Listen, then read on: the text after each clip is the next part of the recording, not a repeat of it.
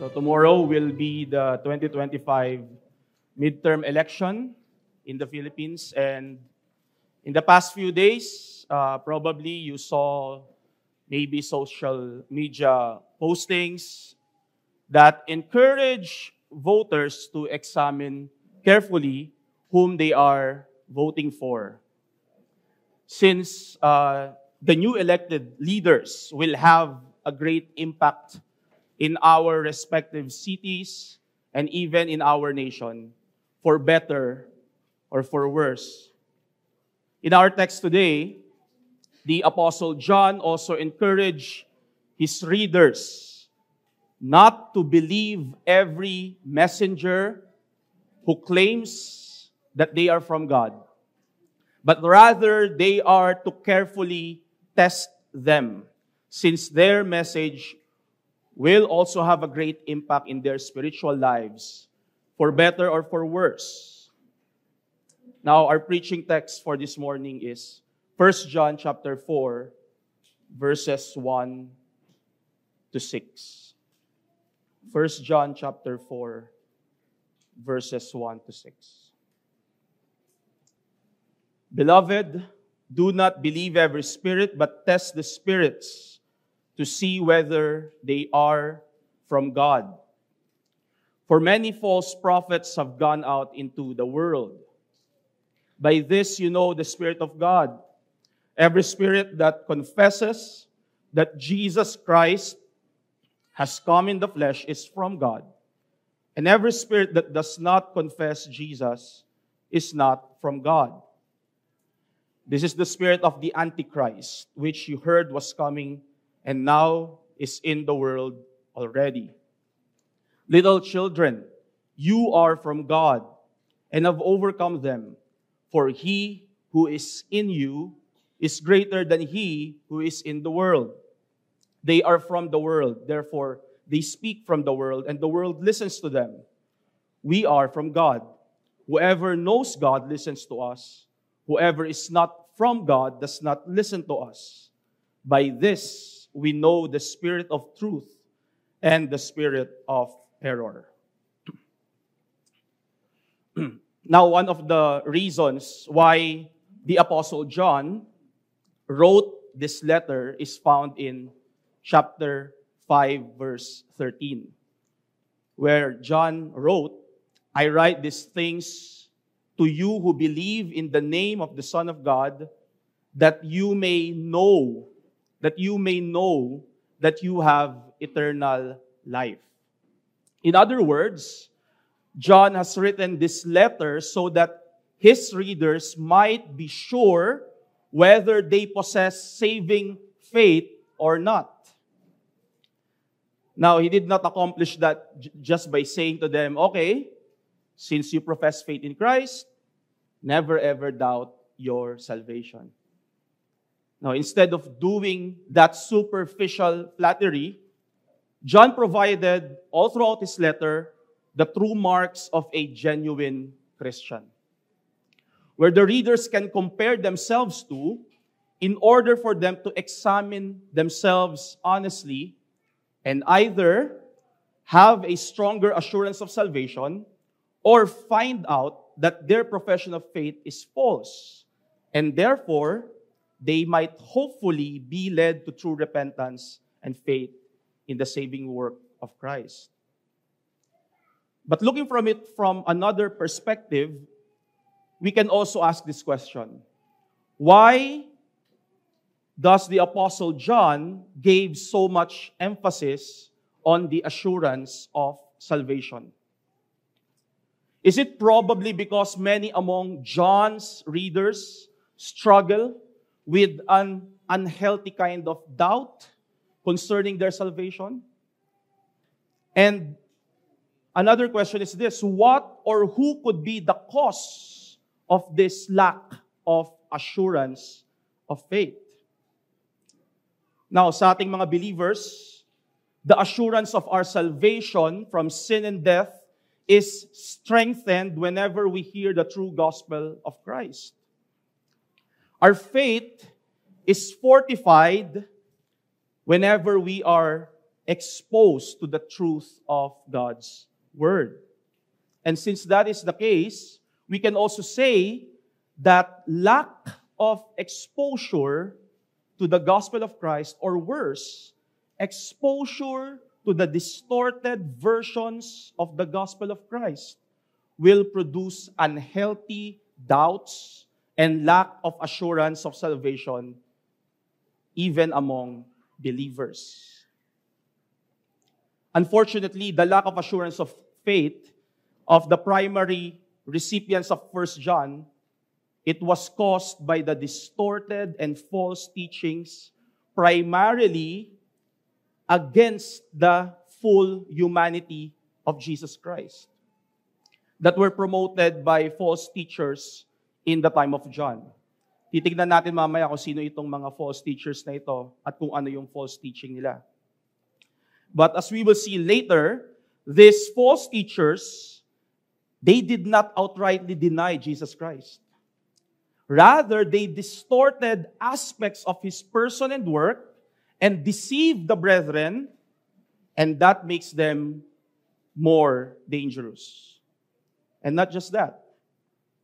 Sabi ni Apostle John, they are also called false prophets. False prophets.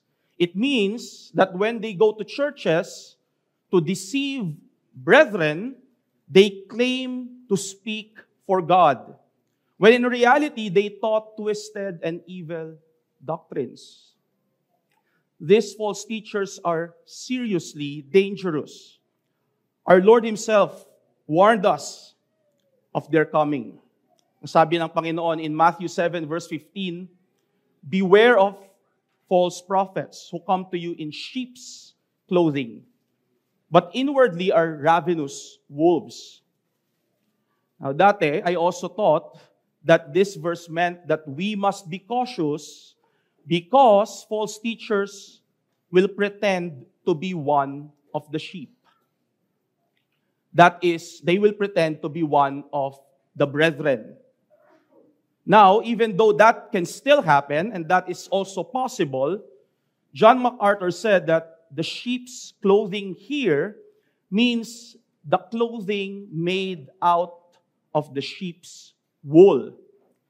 And the sheep's wool was worn by shepherds. So this means that whenever false teachers come to deceive churches, they will not be content in impersonating the sheep.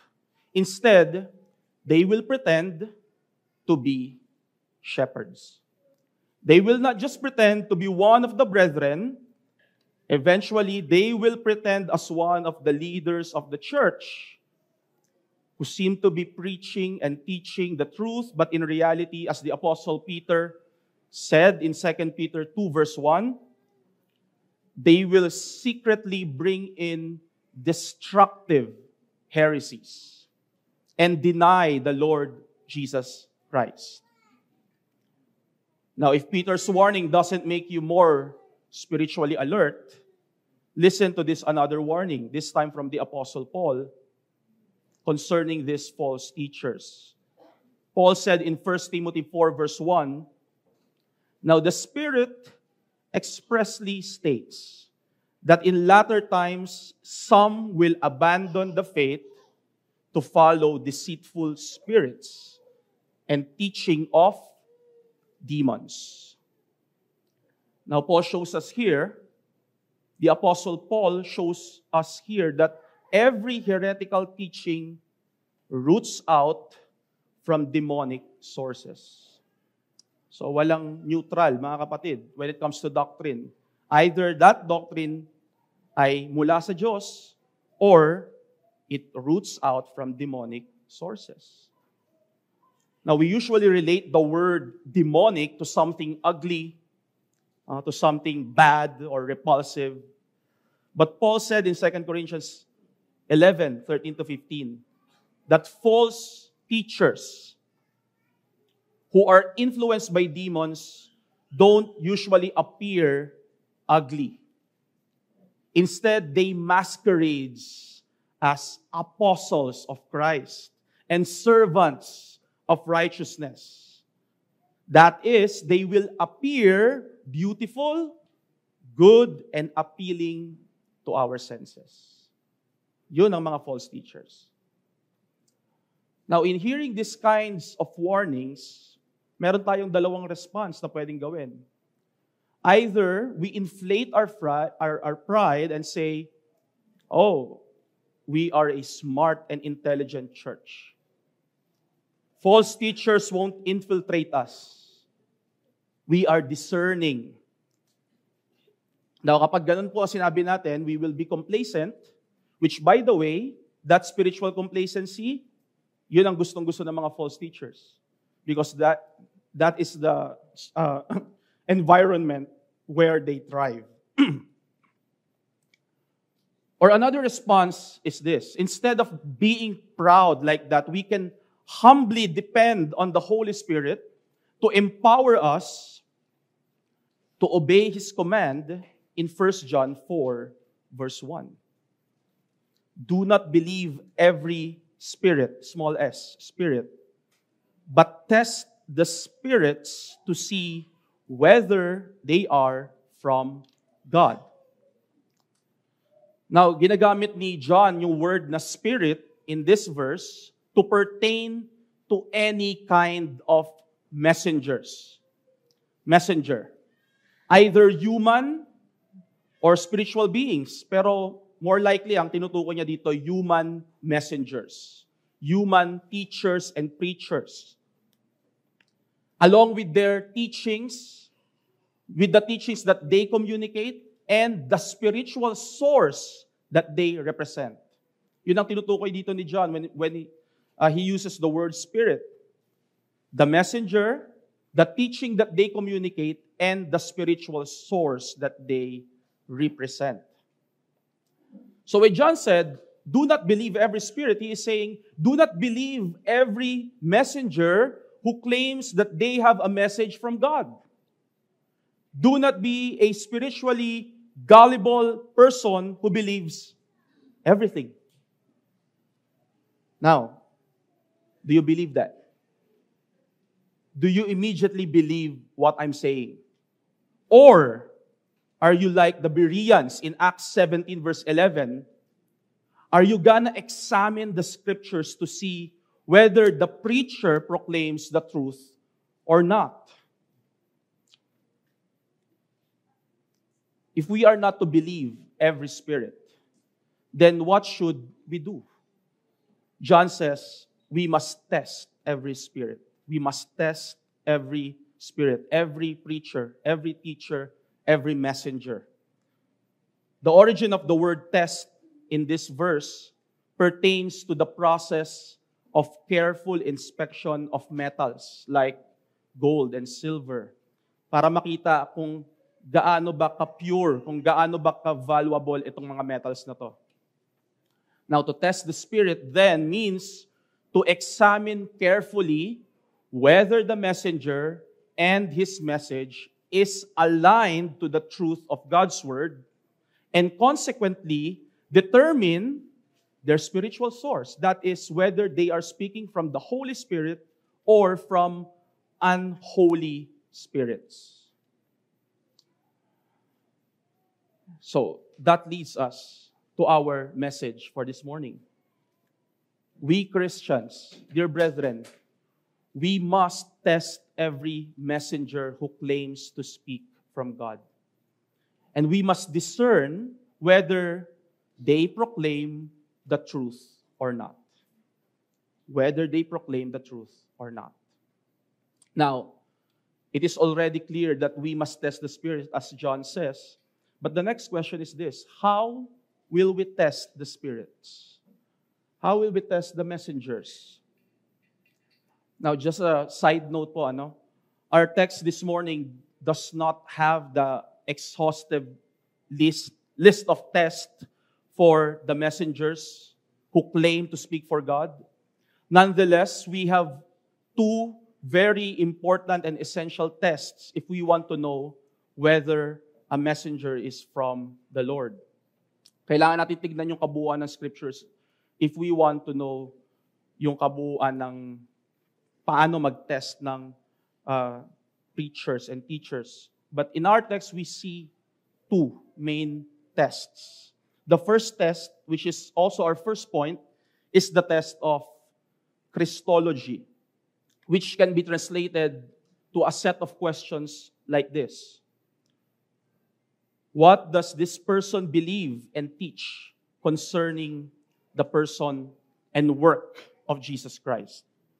And does it align to the biblical understanding of the person and work of Jesus Christ? That's the first test. The second test, which is also our second point, is the test of apostolicity. Now, wag po kayo ma-overwhelm sa word, ano? The main idea is simply this. Does this messenger agree or contradict the teachings of the apostles appointed by Christ? So parehas ba sila ng tinuturo sa mga apostol na pinili ni Kristo? So tignan po muna natin yung first point, the test of Christology. Now in chapter 4, verse 2 to 3, John shows us how can we discern whether a messenger speaks from the Spirit of God or not. He says that every spirit that confesses that Jesus Christ has come in the flesh is from God. So tingnan po natin, there are several things that we must pay attention dito sa verse na to. First, a truth messenger, a messenger from God, confesses the truth concerning the person and work of Jesus Christ. Now, the word confess in this verse means to say the same. To say the same. Or to agree with. Now, the question is, to agree to who? Or to say the same to who? That is, to confess means to agree to the teachings of the Holy Spirit concerning our Lord Jesus Christ. So merong teaching ang banal na Espiritu. Do you agree to that teaching? Do you agree? Do you say the same with the Holy Spirit? So what is the teaching of the Holy Spirit concerning Jesus that we can see obviously in this verse? And first teaching na sobrang obvious is the reality of Jesus' incarnation. What is that? That is God the Son, the second person of the Trinity, assumed a human body to live a perfect life, die on the cross to pay the penalty of the sins of His people, and after 3 days, rise again from the grave to secure our justification. Now, John pointed out the true God-sent messengers will affirm the incarnation of Jesus. When he said that every spirit that is from God will confess that Jesus Christ has come in the flesh. Familiar ba yun? Has come in the flesh. That sounds like John chapter 1, verse 14. The Word, who was God, became flesh and dwelt among us. Now, that also leads to another important observation. And that is, if someone believes in the incarnation of Jesus, it presupposes that he must also believe in the divinity of Christ. That is, he must also believe that Jesus is truly God. Makikita natin na pinoint out ni John doon sa verse yung divinity ni Christ by using the phrase, Jesus Christ has come. Jesus Christ has come. That phrase, according to Martin Lloyd-Jones, and I quote, suggests that Jesus was before. He came. He has come from somewhere. John has already said it in the commencement of the epistle, sabi ni Lloyd-Jones, and that Jesus was from the beginning. He was from the beginning. And in stating that Jesus was from the beginning, John points out Jesus' divine and eternal subsistence before His incarnation. Now, tahiin natin, putting it all together, here's the thing that we must take note in verses 2 and 3. John taught that the messengers who truly came from God affirms the incarnation and divinity of Jesus. They know, believe, and teach that Jesus is God the Son, the second person of the Trinity, assumed the human body to accomplish His redemptive work, or simply put, true teachers from God teach that Jesus Christ is truly God and truly man. According to John, that is the first test, the test of Christology. Of course, our text doesn't contain all the exhaustive detail of biblical Christology. You might even notice that John focused to proclaim more on the humanity of Christ. And I think it was probably because in his time, most of the false teachers were influenced by philosophers like Plato, who believed in dualism. That is, they teach that anything physical is inherently evil and only spiritual matters are good. Now, these false teachers infuse that philosophy to the person of Christ. So parang kumukuha sila ng mga worldly philosophies and then they are applying it to Christian doctrines. At anong resulta? They end up in a heretical view which is called Docetism, where they asserted that Jesus' physical body was just an illusion and is not real. So hindi daw totoo yung physical na katawan ni Kristo dahil kahit anumang physical ay masama. Some of them even teach that when Christ walks on sand, wala siyang footprints. Kasi hindi totoo yung katawan niya, yung physical body niya. And since they believe that the physical body of Christ was just an illusion, then they also deny the physical reality of crucifixion and resurrection, which are the core teachings of the gospel. Pansinin po natin dito mga kapatid, mga kaibigan, your view of Christology will always affect your view of salvation. Kapag mali ang pagtingin mo, ang pagkakilala mo kay Kristo, mali din ang magiging way of salvation mo.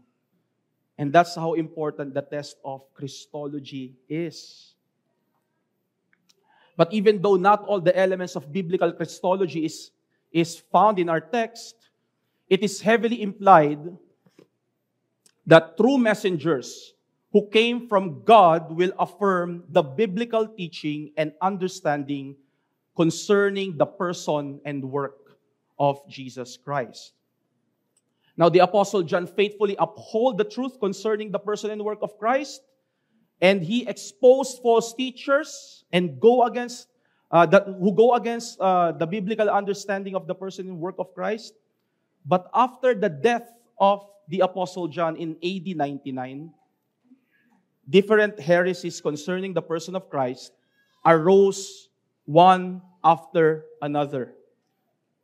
So parang nag-start siya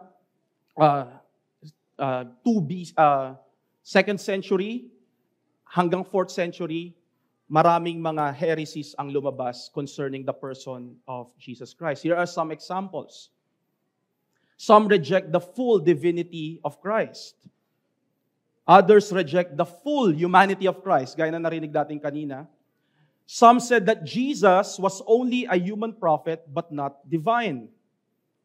Some claimed that Jesus had a human body and soul but not a human mind. So divine yung mind niya, pero yung body and soul ay human.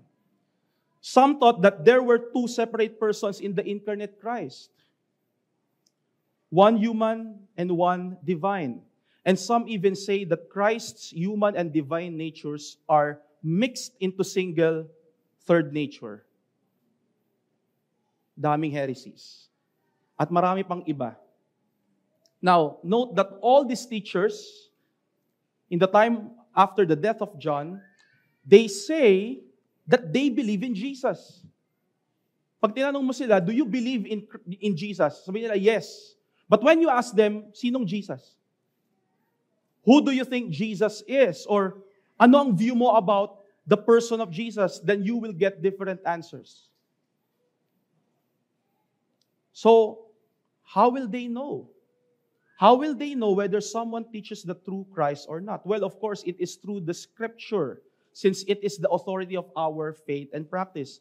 But there was a faithful summary of the teaching about the person of Christ, which was put together by a council called the Council of Chalcedon in the year AD 451 to combat the ancient heresies surrounding the person of our Lord Jesus Christ. At eventually, tinawag yun na Chalcedonian Creed.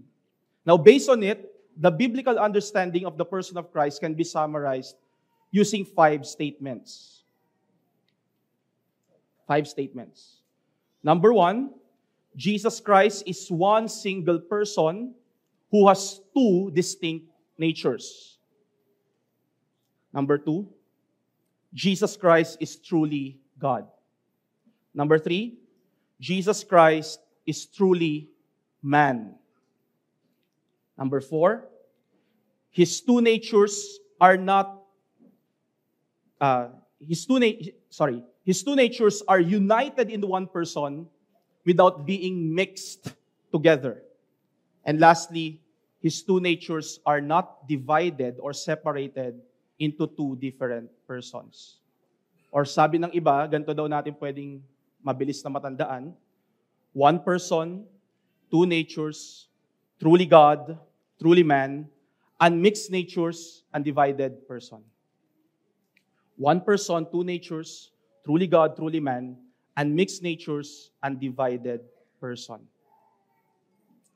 Now, it is important to affirm the biblical understanding of the person of Christ, but it is also important to affirm the sufficiency of the work of Christ in salvation. So for example, mga kapatid, Roman Catholicism, for example, affirm the full humanity and the full divinity of the person of Christ. But since they reject the sufficiency of the work of Christ for salvation, we are by no means declaring them to be messengers of true gospel. Affirming some of the truth of biblical Christology while rejecting other elements of it doesn't make one half true. It just makes them more dangerous. And unfortunately, in our time today, many who proclaim the name of Christ, they either adopted the ancient heresies or invented new ones concerning the person and work of Jesus Christ. Now, some say he is just a holy man, but not God. Others say that he is the archangel Michael. Some even say that he is a spirit brother to Lucifer, the devil. And still others view that Christ is like an all-powerful genie who owes us all the things that we want. Ang daming maling view about Christ. But the real and more important question is this, mga kapatid, mga kaibigan. How about you? How about you? What do you believe about Jesus Christ? Who is Jesus for you? Who do you say Jesus is? You see, it is not enough that you say you believe in Jesus Christ. The question is, do you know and believe the biblical Jesus Christ? Do you believe in His perfect person and sufficient work for salvation? Because if you don't seek to know, and consequently, you don't trust in the true person and the work of Christ for your salvation from sin, death, and the righteous wrath of God, if you are not even bothered to examine whether you believe in the real Christ, then most probably, you are being led away by false teachers and the demonic powers behind them. But God calls you even today. If you are not yet in Christ, repent of your sins. Turn away from the false teachings of the that concerns the person and work of Christ, which is actually idolatry, mga kapatid, mga kaibigan. If you believe a false view of Christ, that is idolatry. Since you are making a false image of Christ and you worship it, turn away from that and confess and trust in the true and biblical Christ, who is truly God, truly man, and the only mediator that can reconcile God and man. But for us, dear brethren, you might say, I know and trust the biblical and true Christ. I know and trust the biblical and true Christ. Then praise God. Praise God, dear brethren. Give thanks to Him, dear brethren. Kasi bakit? Pag-isipan po natin maigi, bakit? This world, simula nung pinanganak tayo sa mundong ito, this world is infested with false teachings and false teachers. But you were led to repent of your idolatry and believe in the true Christ. Do you think you believe in the true Christ only because of your mental capacity? Dahil lang ba matalino tayo, magaling tayong pumili kung sino yung totoong Kristo? No. By no means. We believe in Him because He has been merciful, He has been gracious towards us, and He enabled us by the power of the Holy Spirit to know and worship who He really is. Yun ang rason, mga kapatid, bakit tayo naniniwala kay Kristo. Dahil sa awa niya sa atin. Now, because of the power of the Holy Spirit through the gospel of the Lord Jesus Christ, dear brethren, let us not stop in being vigilant. Instead, let us continue to reject every teaching and every practice that either denies or distorts biblical Christology. Reject every teaching and practice that denies or distorts the biblical teaching concerning the person and work of the Lord Jesus Christ. It should be clear by now that the so-called Jesus of the false religions of the world and the distorted Christs of the counterfeit Christianities, along with their other teachings, we must firmly reject that. We must firmly reject that. But know also, dear brethren, that the denial and distortion of the biblical Christ is not just seen in false religions and counterfeit Christianities. It can also creep in to our modern society and in the churches and also in our families. Paano nangyayari yun? You see, our understanding of who Jesus is will affect how we live. As one preacher said, your theology is what comes out of your fingertips. Kung anong lumalabas sa mga kamay mo, kung anong lumalabas sa buhay mo, yun ang theology mo. Yun talaga ang pinaniniwalaan mo. That is to say, if we believe the truth, then it will not stay in our heads only. It will be felt in our hearts, and it will come out of our hands. So let's say, for example, husbands, dear brothers, husbands, if you find yourself being so harsh towards your wife, or maybe you are being so passive that you are failing to lead your family spiritually, or ito mas malala, or worse, you are both harsh and passive, then brothers, husbands, see that sin as an indicator of a distorted view of Christ. Doon tayo dapat magsimula, mga kapatid. What is your view of Christ? Either we failed to see or we have forgotten that Christ is the perfect man. Christ is the perfect man. Christ is our hero. Marami ngayong mga nauuso, mga masculinity, manhood sa, di ba? Who do you follow? Follow the perfect man, Jesus Christ. It is Christ that we must emulate. especially when it comes to loving our wives as He loves His bride, the church. You see? Doon nagsisimula, mga kapatid. Now, wives, Happy Mother's Day po sa inyo. Sisters, wives and mothers. Whenever you see yourself having a sinful inclination to disrespect and not submit to your own husbands, and maybe at times you even resort to manipulation instead of proper communication in order to get what you want. Sisters, see that sin is a hint of a distorted view of Christ. Maybe you fail or you forget to see that Christ is your Lord. Christ is your Lord, to whom you must first submit to.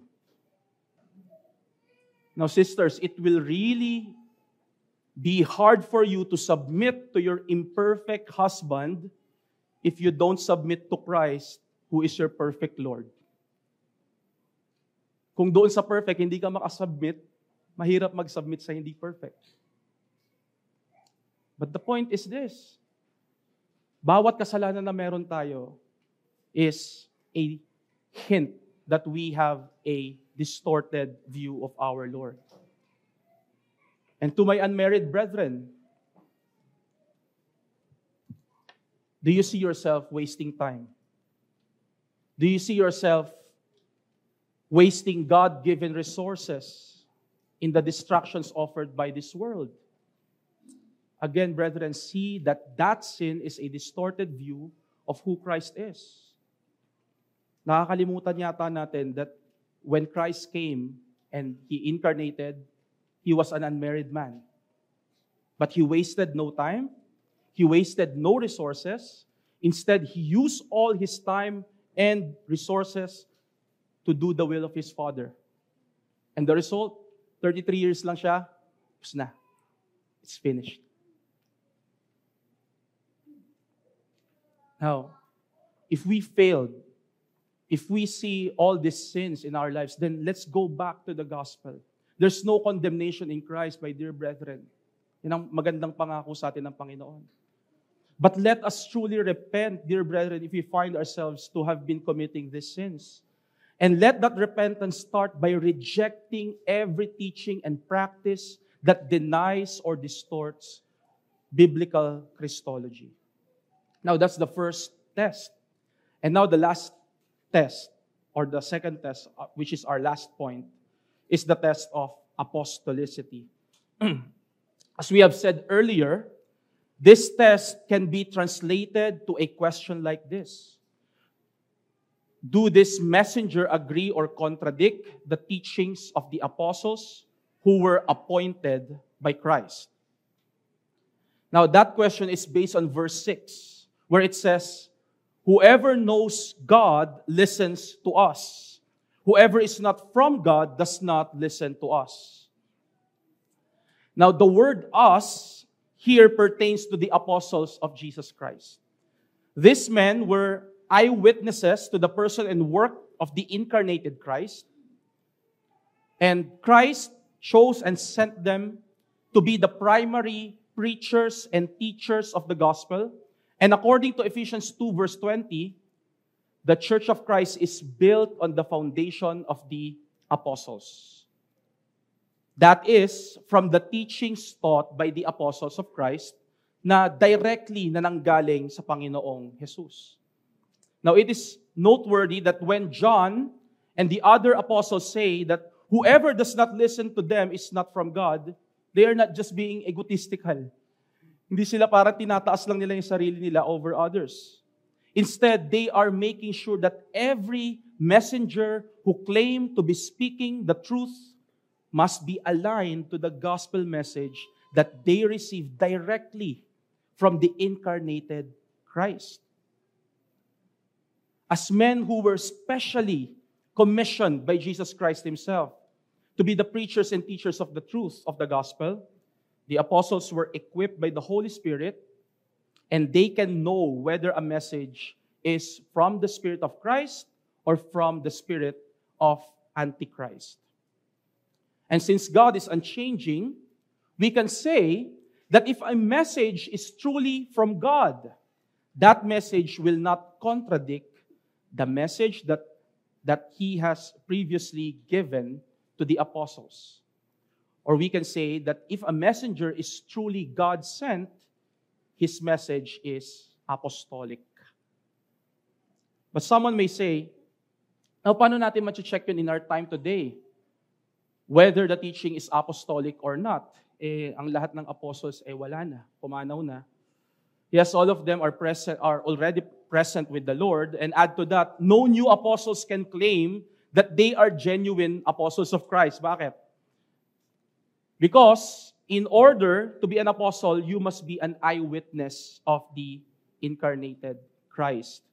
And you must be personally commissioned by Christ to be His apostle. And another reason is there is no need for new apostle because according to Ephesians chapter 2, the foundation of Christianity was already laid. It was already completed. So how will we check whether a message is apostolic or not? Well, the good news is their teachings were recorded in the New Testament that we possess in our hands, maybe in your phones. And that is how we can compare whether a messenger or a teacher is apostolic or not, and be able to discern whether they speak the truth from the Spirit of Christ or if they speak lies from the spirit of error. So the question is this, dear brethren and friends. Who are you listening to? Who are you listening to? Are you listening to the apostles' teachings, or are you constantly listening to the world? The world. Now, John in this letter uses the phrase the world to pertain to the realm outside of the church, which possess a system of rebellion against God, and that is where also the false teacher thrives. Nandun ang impluwensya ng mga false teacher, nasa world, nasa labas ng church. And the usage of the word listen in these verses is not just the idea of hearing sounds or perceiving sounds, but the acceptance of one person to a certain message to the point that it directs his very life. So who do you listen to? Ano ang mga mensahe na nagdadrive ng buhay mo, kapatid, kaibigan?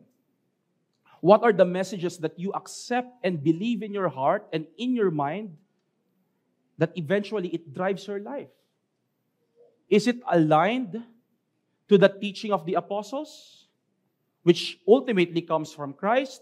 Or do you have messages and ideologies in your mind that contradicts the message of the gospel, which comes from the world and the Antichrist? Brethren, I encourage you to reject any worldly message that contradicts the truth of the Word of God, which was taught by the apostles. We are called to uphold and guard the apostolic teachings that were passed on to us. The church is the pillar and buttress of truth. So, don't let these apostolic teachings be spoiled by the messages, by the messages of rebellion against God from the world. As we have seen earlier, the false teachers in John's time, hindi nila totally nireject si Christ. Instead, they mix the message of the gospel with some worldly philosophy. And ito yung formula ng mga false teachers. Adulterated gospel. Okay? Onting elements ng gospel, and then onting elements ng mundo, pagsamahin mo, false teaching. And as we move forward as a church, many forces from the world will systematically attempt to adulterate the pure gospel, that were entrusted to us, dear brethren. We already saw that. Many professing churches were infiltrated already by the system of the world. The entertainment of the world went into their churches. The politics of the world, addiction to prosperity, woke agendas, yung pumapasok sa church, humahalo sa kanilang gospel. Hindi na pure yung gospel na pinipreach nila. Are you familiar with the Vanity Fair? The Vanity Fair, which is a fictional place in John Bunyan's book, The Pilgrim's Progress. The Vanity Fair is described like a vibrant marketplace representing the allure and dangers of the worldly temptations and materialism. It is a place where various goods, pleasures, and sinful activities are offered, all designed to distract pilgrims from their spiritual journey. Now, one writer said, the Vanity Fair is not anymore outside the church. The Vanity Fair is silently creeping in unnoticed inside the church. Now may the Lord enable us, dear brethren, to resist these alluring temptations of the world, and let us be content with the pure gospel of our Lord. The pure gospel which is the true need of our souls. Now may the Lord also enable us to be really pillar and buttress of the truth. And may the Lord also help us uphold the apostolic gospel passed on to us and guard it from impurities from the world. Now, since the world is infested with false teachers, we must be vigilant in testing any messenger that we hear, dear brethren, and examine whether they are from God or from the evil one. We must reject any message that denies or distorts God's word in general, but the apostolic Christology in particular. If there is a message that goes against the biblical teaching concerning the person and work of the Lord Jesus Christ, then we must reject that. Let us pray. Father in heaven, we thank you, Lord, for your word that is true and honest. Lord, help us listen to the warning of your word. Help us, Lord, not to be complacent, but to properly assess, carefully assess every messenger that we hear, whether they are from God or not. Lord, we ask for the work of the Holy Spirit.